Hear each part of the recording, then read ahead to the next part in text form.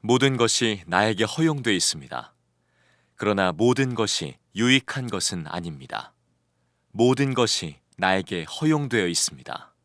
그러나 나는 아무 것에도 제재를 받지 않겠습니다. 음식은 배를 위한 것이고 배는 음식을 위한 것입니다. 그러나 하나님께서는 이것도 저것도 다 없애버리실 것입니다. 몸은 음행을 위하여 있는 것이 아니라 주님을 위하여 있는 것이며 주님은 몸을 위하여 계십니다. 하나님께서 주님을 살리셨으니 그의 권능으로 우리도 살리실 것입니다. 여러분의 몸이 그리스도의 지체라는 것을 알지 못합니까? 그런데 내가 그리스도의 지체를 떼어다가 창녀의 지체를 만들 수 있겠습니까? 그럴 수 없습니다. 창녀와 합하는 사람은 그와 한 몸이 된다는 것을 알지 못합니까? 두 사람이 한 몸이 될 것이다 하신 말씀이 있습니다. 그러나 주님과 합하는 사람은 그와 한 영이 됩니다. 음행을 피하십시오. 사람이 짓는 다른 모든 죄는 자기 몸 밖에 있는 것이지만 음행을 하는 자는 자기 몸에다가 죄를 짓는 것입니다. 여러분의 몸은 여러분 안에 계신 성령의 성전이라는 것을 알지 못합니까? 여러분은 성령을 하나님으로부터 받아서 모시고 있습니다. 여러분은 여러분 자신의 것이 아닙니다. 여러분은 하나님께서 값을 치르고 사들인 사람입니다. 그러므로 여러분의 몸으로 하나님을 영화롭게 하십시오. 오늘 가정에서 또 처소에서 예배드리시는 모든 교우들에게 우리 주님의 놀라운 사랑, 또 여러분의 주님을 향한 사랑이 함께 만나는 은혜로운 예배가 되기를 축복합니다. 오늘은 함께 모일 수 없지만 속히 우리가 다시 모이게 될 것이라고 기대합니다. 또 그렇게 기도해 주시기를 바랍니다. 그러나 우리가 다시 모이게 될 때 우리가 늘 기도해 오는 것처럼 그저 옛날 모습 그대로 다시 모이기만 해서는 안 될 거라고 생각합니다. 변화되어져서 우리가 만나십시다. 저는 요즘에 개학을 앞두고 있는 학생들 그 심정입니다. 개학이 되고 나면 아이들이 숙제를 가지고 학교로 가게 되잖아요. 우리도 다시 모이게 됐을 때 하나님 앞에 정말 변화된 새로운 모습으로 모일 수 있어야 지금의 이 어려움이 지나고 나면 하나님의 또 다른 은혜의 시간이 될 수 있으리라고 믿습니다. 우리의 새로운 변화된 모습이라는 것은 하나님의 성전된 자로서 살아가는 겁니다. 우리가 하나님의 성전 되어서 모이자는 건 아닙니다. 이미 우리는 하나님의 성전이 되어 있습니다. 전적인 하나님의 은혜로 하나님의 성령께서 우리 안에 거하심으로 우리가 예수 믿으면 다 하나님의 성전이 되었습니다. 문제는 하나님의 성전답게 살지 못하는 것입니다. 하나님의 성전답게 살지 못하기 때문에 예수를 믿어도 예수 믿는 진정한 기쁨과 은혜를 누리지 못하고 예수 믿는 사람으로서의 삶의 열매가 없는 겁니다. 바로 그 문제가 고린도 교회의 문제였습니다.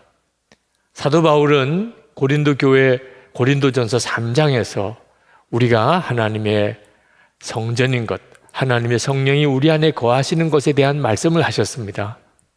그 이유는 그들이 그것을 모르기 때문에 교회 안에서 교인들 사이에 서로 판단하고 파가 나뉘어서 싸웠습니다. 그게 얼마나 무서운 것인지를 몰랐기 때문입니다. 그래서 사도 바울이 고린도전서 3장 16절 17절에서 이 말씀을 합니다. 여러분은 하나님의 성전이며 하나님의 성령이 여러분 안에 거하신다는 것을 알지 못합니까? 누구든지 하나님의 성전을 파괴하면 하나님께서도 그 사람을 멸하실 것입니다. 하나님의 성전은 거룩합니다. 여러분은 하나님의 성전입니다. 우리가 하나님의 성전인 것을 알지 못하면 우리가 교인들끼리 서로 싸우는 것이 성전을 파괴하는 것인 줄을 전혀 깨닫지 못하게 됩니다. 여러분, 우리가 다시 모여서 서로 교인들 사이에 판단하고 또 서로 미워하고 서로 갈등하고 서로 싸우는 일을 만약에 하게 된다면 우리가 다시 모여서 하나님께 무슨 영광이 되겠습니까? 그러므로 이 일은 우리에게 매우 중요한 것입니다. 우리가 다시 모였을 때는 이제는 정말 마음까지 하나 된 그런 공동체가 이루어지는 역사가, 그렇게 우리가 기도했던 그 일이 우리 교회 안에 온전히 이루어져야 하겠습니다. 사도 바울은 고린도전서 6장에 와서 또다시 한 번 더 우리가 하나님의 성전인 것과 하나님의 성령이 우리 안에 거하신다는 것에 대해서 언급하십니다. 19절입니다. 여러분의 몸은 여러분 안에 계신 성령의 전이라는 것을 알지 못합니까? 고린도전서 3장에서는 교회 공동체의 문제에 대해서 교훈하시려고 그 말씀을 하셨습니다. 우리 교우들 안에 하나님의 성령이 계신다는 거죠. 그러나 고린도전서 6장에서는 개인적으로 하나님 앞에서 우리가 얼마나 경건한 삶을 살아야 되는지에 대해서 교훈하면서 이 말씀을 하셨습니다. 개인적으로 우리 안에 하나님의 성령이 거하신다는 거죠. 고린도 시는 대단히 음란한 도시였습니다. 그러나 문제는 고린도 교회 교인들조차도 그런 음란한 일을 완전히 청산하지 않고 있었다는 겁니다. 그들 나름대로의 주장이 있었습니다. 그것은 예수를 믿고 자유함을 얻었다는 겁니다. 그래서 무엇이든지 다 마음대로 할 수 있는 자가 되었다는 거죠. 모든 것이 나에게 허용되어 있습니다. 12절 말씀에 그들은 그렇게 주장했습니다. 틀린 말 아닙니다. 예수님을 믿으면 우리는 율법에서 자유함을 얻고 죄의 종노릇 하던 데서 자유함을 얻습니다. 그것은 예수 믿은 엄청나고 놀라운 축복입니다. 예수님께서도 요한복음 8장 31절 32절에서 너희가 내 말에 거하면 참으로 내 제자가 되고 진리를 알지니 진리가 너희를 자유롭게 하리라 하고 말씀하셨습니다. 이 자유는 하나님께서 우리 인간을 창조하실 때 주셨던 것입니다. 그런데 이 자유는 사실 대단히 위험한 것이기도 합니다. 왜냐하면 정말 마음대로니까요. 심지어 하나님을 배신하는 일까지 할 수도 있는 것이 자유입니다. C.S. 루이스가 이 자유에 대해서 이렇게 말했습니다. 하나님께서 인생을 창조하실 때 가장 어려운 것은 아마 자유를 부여하는 일이었을 것이다. 왜냐하면 그 자유는 자기를 만든 하나님마저 배반할 수 있어야 하기 때문이다 라고 말했습니다. 자, 하나님께서는 이런 자유를 왜 인간에게 주신 것일까요? 그것은 하나님 자신이 자유의 속성을 가지고 계신 분이기 때문에 그렇습니다. 하나님은 사람을 당신의 형상대로 지으셨습니다. 그러니 사람에게 자유를 주신 거죠. 여러분, 만약에 우리가 자유가 없다면, 그래서 하나님의 뜻대로만 살아야 되는 그런 존재라면 죄 짓는 일도 없겠지요. 그렇지만 우리가 죄를 짓지 않고 정결하게 산다고 해서 하나님께 무슨 기쁨이 되겠습니까? 그렇게밖에 살 수 없는 존재인데, 우리가 원수도 사랑하게 되었다고 해서 하나님이 그것으로 인해서 기쁘시겠습니까? 그렇게밖에 살 수 없는 존재라면 그게 무슨 하나님께 기쁨이 되겠습니까? 그래서 하나님께서 아담과 하와에게 자유를 주신 겁니다. 무엇이든지 다 마음대로 하라는. 그러나 하나님을 경외하는 증거로 선악과 하나만큼은 먹지 말라고 하셨습니다. 어떤 분들은 하나님께서 왜 선악과를 만드셔서 사람으로 하여금 죄를 짓게 만들었느냐, 죄 짓는 것이 하나님 때문이라고 그렇게 하나님 탓을 하는 사람들도 있습니다.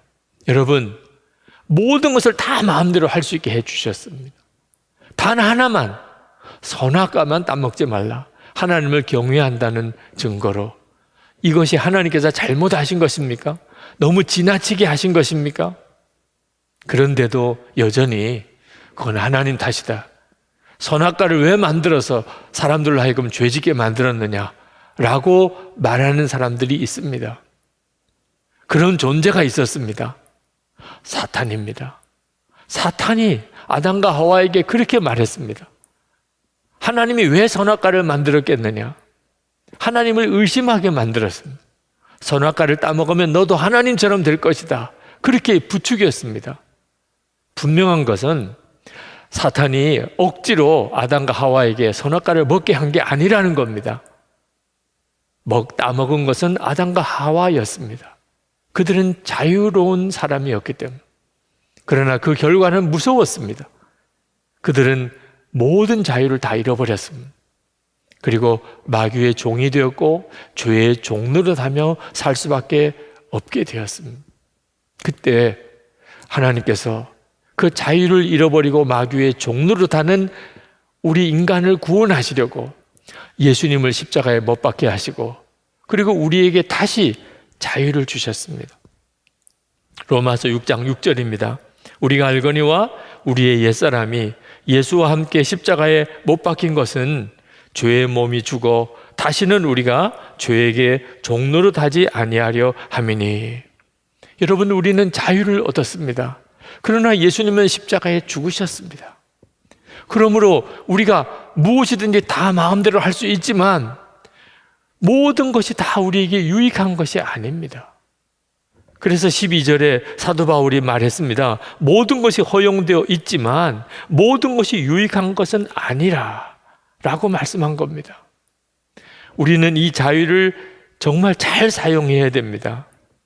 만약에 우리가 이 자유를 가지고 다시 죄와 마귀의 종노릇 하면 예수님이 십자가에 지신 것은 어떻게 되는 것입니까? 우리가 다시 음행을 하라고, 우리가 다시 죄 지으라고 예수님이 십자가에 죽으셨겠습니까? 우리 몸은 소중한 겁니다. 먹고 입고 마시라고 있는 존재가 아닙니다. 하나님은 우리 몸을 얼마나 소중하게 여기는지 모릅니다. 그래서 하나님의 성전을 삼으신 겁니다. 예수님이 재림에 오실 때 우리의 몸은 부활의 몸으로 다시 일어나게 될 것입니다. 13절, 14절에 이렇게 말씀합니다. 몸은 음행을 위하여 있는 것이 아니라 주님을 위하여 있는 것이며 주님은 몸을 위하여 계십니다. 하나님께서 주님을 살리셨으니 그의 권능으로 우리도 살리실 것입니다. 아멘입니다. 예수님은 우리에게 그저 율법과 죄에서 우리를 자유하게 만드실 것뿐만 아니라 우리가 다시는 율법과 죄의 종이 되지 않게 하려고 우리 안에 오셨습니다. 성령으로 우리 안에 오신 겁니다. 이건 정말 놀라운 일이죠. 그래서 우리가 예수님과 한 몸이 된 겁니다. 이처럼 예수님과 한 몸이 되었는데 음행을 할 수가 있겠습니까? 우리가 다시 음행을 하게 되면 음란의 종이 됩니다. 우리가 창녀에게 가면 창녀와 한 몸이 되는 겁니다. 15절, 16절 말씀에 이렇게 말씀했습니다. 여러분의 몸이 그리스도의 지체라는 것을 알지 못합니까? 그런데 내가 그리스도의 지체를 떼어다가 창녀의 지체를 만들 수 있겠습니까? 그럴 수 없습니다. 창녀와 합하는 사람은 그와 한 몸이 된다는 것을 알지 못합니까? 두 사람이 한 몸이 될 것이라 하신 말씀이 있습니다. 사도 바울은 음행하는 것을 자기 몸에다가 죄를 짓는 것이라고 그렇게 말씀했습니다. 18절에 음행을 피하십시오. 사람이 짓는 다른 모든 죄는 자기 몸 밖에 있는 것이지만 음행을 하는 자는 자기 몸에다가 죄를 짓는 것입니다. 아니, 자기 몸에다가 죄를 짓는 것이 뭐가 그렇게 심각한 문제입니까? 우리 몸이 우리 것이 아니기 때문입니다. 우리가 하나님의 성전이 된 자입니다. 그러므로 내가 내 몸에다가 죄를 지으면 그것은 예수님의 몸을 더럽히는 것과 같은 것입니다. 이것을 정확히 알지 못하기 때문에 하나님의 성전 되고도 은밀한 죄, 음행을 하는 그런 그리스도인들이 있는 것입니다. 여러분, 어떤 사람이 이 예배당에 와서 여기에 음란한 공연을 하는 일을 벌인다면 아마 우리는 무슨 일이 있어도 막을 것입니다. 어떻게 이 예배당을 음란하게 만들 수 있겠냐 말입니다. 그런데 여러분이 음행을 한다면 여러분은 그런 일을 하는 사람이 되는 것입니다. 우리가 다시 이 예배당에 모여서 예배를 드린다 하더라도 우리가 은밀한 죄를 짓고 사는 사람들이라면 모여서 예배 드리는 것만으로 하나님께서 영광을 받으실 수 있겠습니까? 우리가 아무리 많은 사람이 모여 예배 드린들 그 일이 세상을 변화시킬 수 있겠습니까? 그러므로 우리는 항상 우리 몸이 하나님의 성전인 것을, 하나님의 성령이 우리 안에 거하시는 것을 명심하고 살아야 합니다. 19절 말씀에 여러분의 몸은 여러분 안에 계신 성령의 성전이라는 것을 알지 못합니까? 여러분은 성령을 하나님으로부터 받아서 모시고 있습니다. 여러분은 여러분 자신의 것이 아닙니다. 어떤 사람은 이 말씀을 부담스럽게 생각합니다. 하나님이 내 안에 계시다는 것을 너무 어렵게 생각합니다. 여러분, 몰라서 그렇습니다. 정말 하나님이 주신 엄청난 은혜를 깨닫지 못하니까 이런 어리석은 말과 마음을 가지게 되는 것입니다. 이면수 목사님 2년 6개월 동안 북한 수용소에 갇혀 계시다가 하나님의 기적적인 역사로 석방되신 분, 그분은 요즘 새벽 2시, 3시쯤 일어나신답니다. 그리고는 밤거리를 2시간, 3시간씩 그냥 하염없이 걸으신다는 겁니다. 왜 그러시냐고 물었습니다. 그랬더니 하시는 이야기가 2년 6개월 동안 수용소에서 꼼짝없이 갇혀서 아무런 자유도 없이 한 발자국도 허락 없이는 걸을 수가 없는 그런 생활을 하던 때를 생각해 보니까 걷는다는 게 얼마나 행복한 건지 모르겠다는 겁니다. 그래서 마음껏 자유롭게 계속 걷고 싶으셔서 매일 그렇게 걸으신다는 겁니다. 자유를 진짜 깨달은 사람, 그 자유의 소중함을 깨달은 사람은 모든 것이 다 달리 보입니다. 여러분 중에는 가정생활이 힘들다고 느끼는 분들이 있을 겁니다.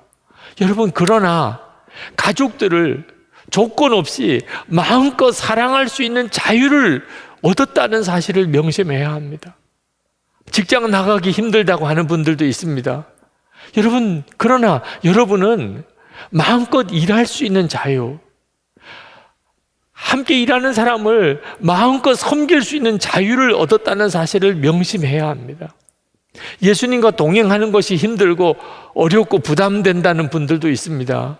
여러분, 예수님이 마음에 오셔서 여러분과 함께 동행할 수 있는, 주님과 동행할 수 있는 자유를 얻었기 때문에 우리가 그 삶을 누리게 된다는 것을 명심해야 합니다.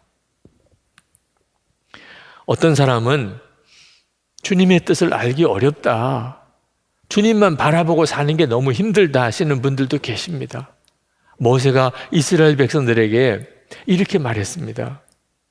신명기 30장 11절에 내가 오늘 내게 명령한 이 명령은 내게 어려운 것이 아니요 먼 것도 아니라 14절에 말씀했습니다. 오직 그 말씀이 내게 매우 가까워서 내 입에 있으며 내 마음에 있은즉 내가 이를 행할 수 있느니라. 여러분, 우리가 정말 그렇습니다. 예수님은 우리 안에 계십니다. 우리가 주님의 말씀을 우리 안에 생각을 통해서 우리에게 말씀해 주시는 은혜를 받고 삽니다. 주님과 동행하는 일이 절대 어렵지 않습니다. 우리가 누리는 말할 수 없는 복입니다. 여러분, 다시 모여서 그렇게 예배하면 좋겠다. 도대체 이런 생각을 누가 주시는 겁니까? 우리 안에 계신 주님이 우리에게 그렇게 말씀하고 계신 거 아니겠습니까? 여러분은 여러분 자신이 얼마나 놀라운 존재인지를 명심하셔야 됩니다.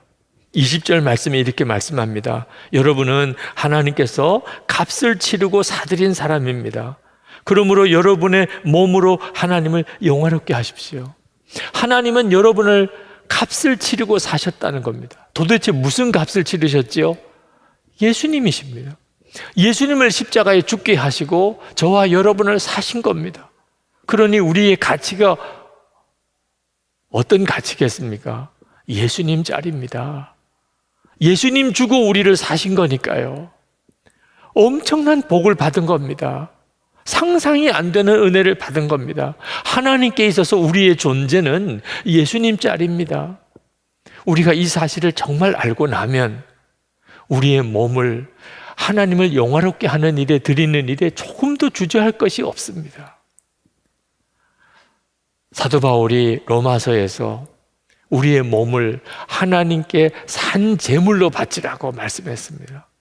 로마서 12장 1절에 형제 자매 여러분, 그러므로 나는 하나님의 자비하심을 힘입어 여러분에게 권합니다.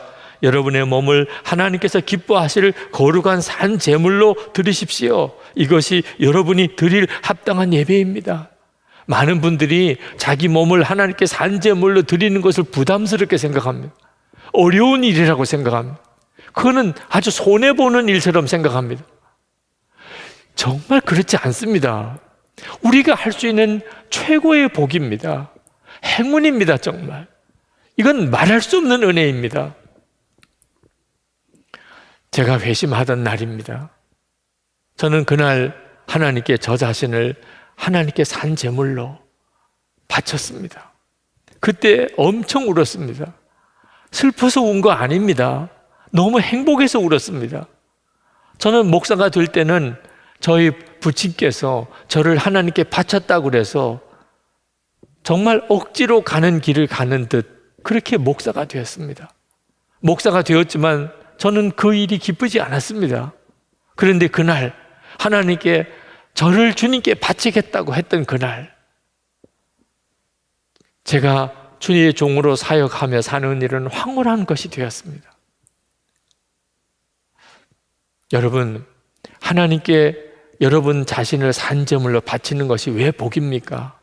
우리에게 있어서 가장 놀라운 복은 우리 자신이 하나님의 것이, 하나님의 소유가 되는 것입니다. 우리가 하나님의 소유가 된다는 것이 얼마나 놀라운 일입니까? 그게 돈으로 되는 일이 아닙니다. 공부를 많이 했다고 하나님이 그렇게 받아주시는 것도 아닙니다. 우리가 세상에서 성공했다고 하나님이 우리를 그렇게 받아주시는 것도 아닙니다.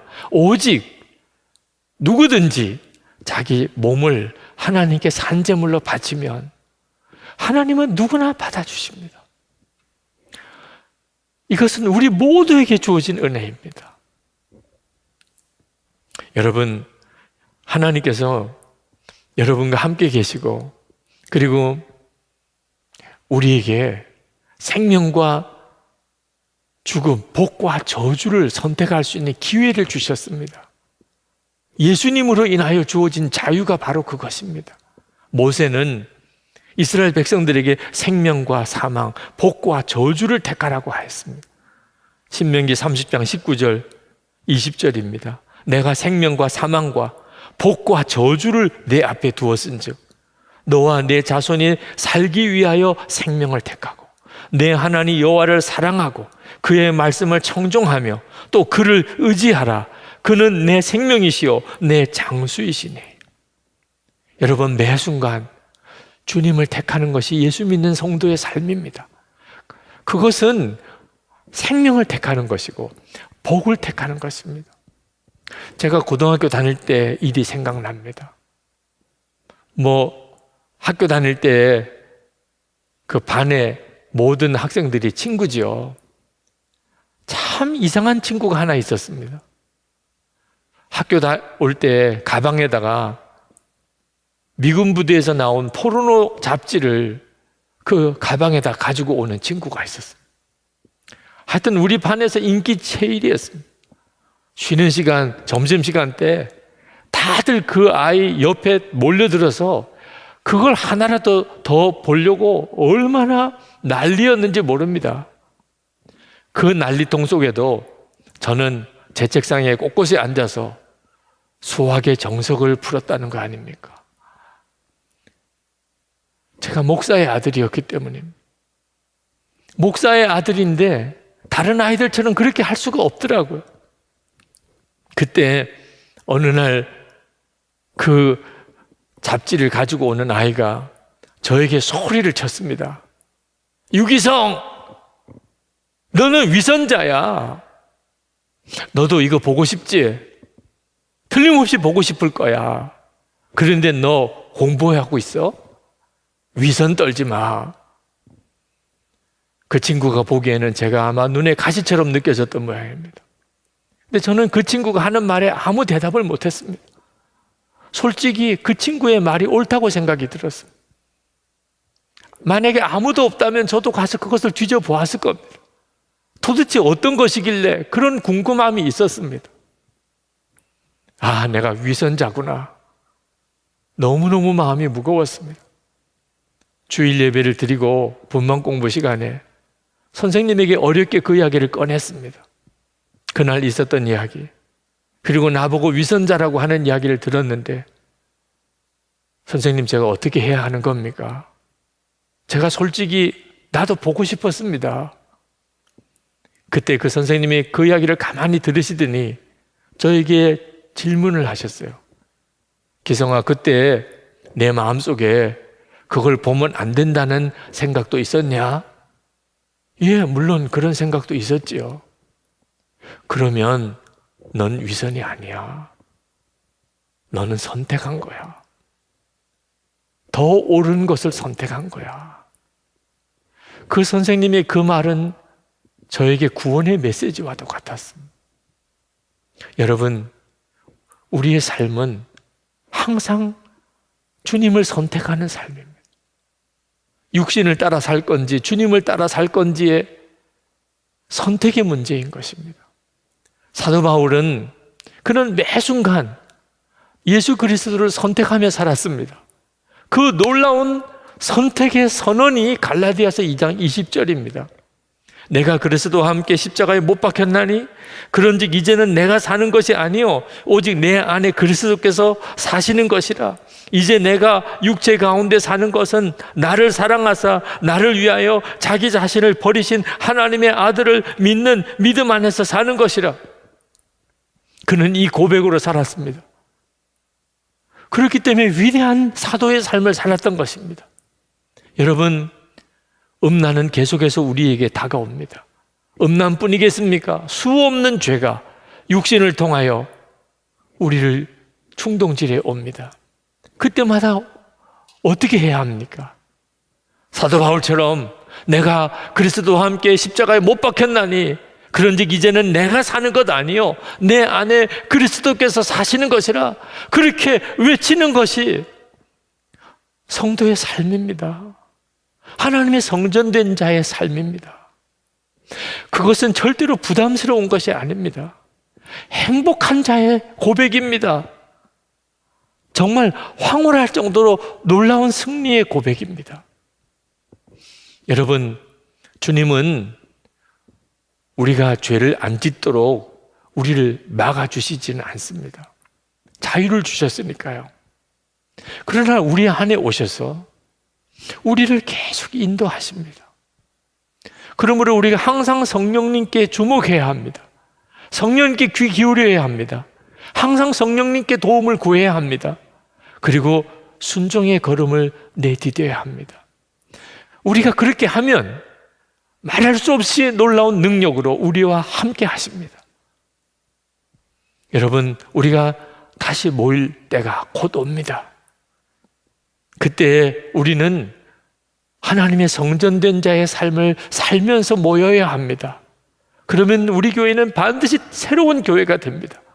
이전과 비교할 수 없는 역사가 일어나는 교회가 됩니다. 우리 나라를 건져내는 교회, 소금이요 빛으로 세상에서 하나님의 영광을 드러내는 교회가 될 것입니다. 여러분의 가정도 마찬가지가 될 것입니다. 우리의 일터도 그렇게 될 것입니다.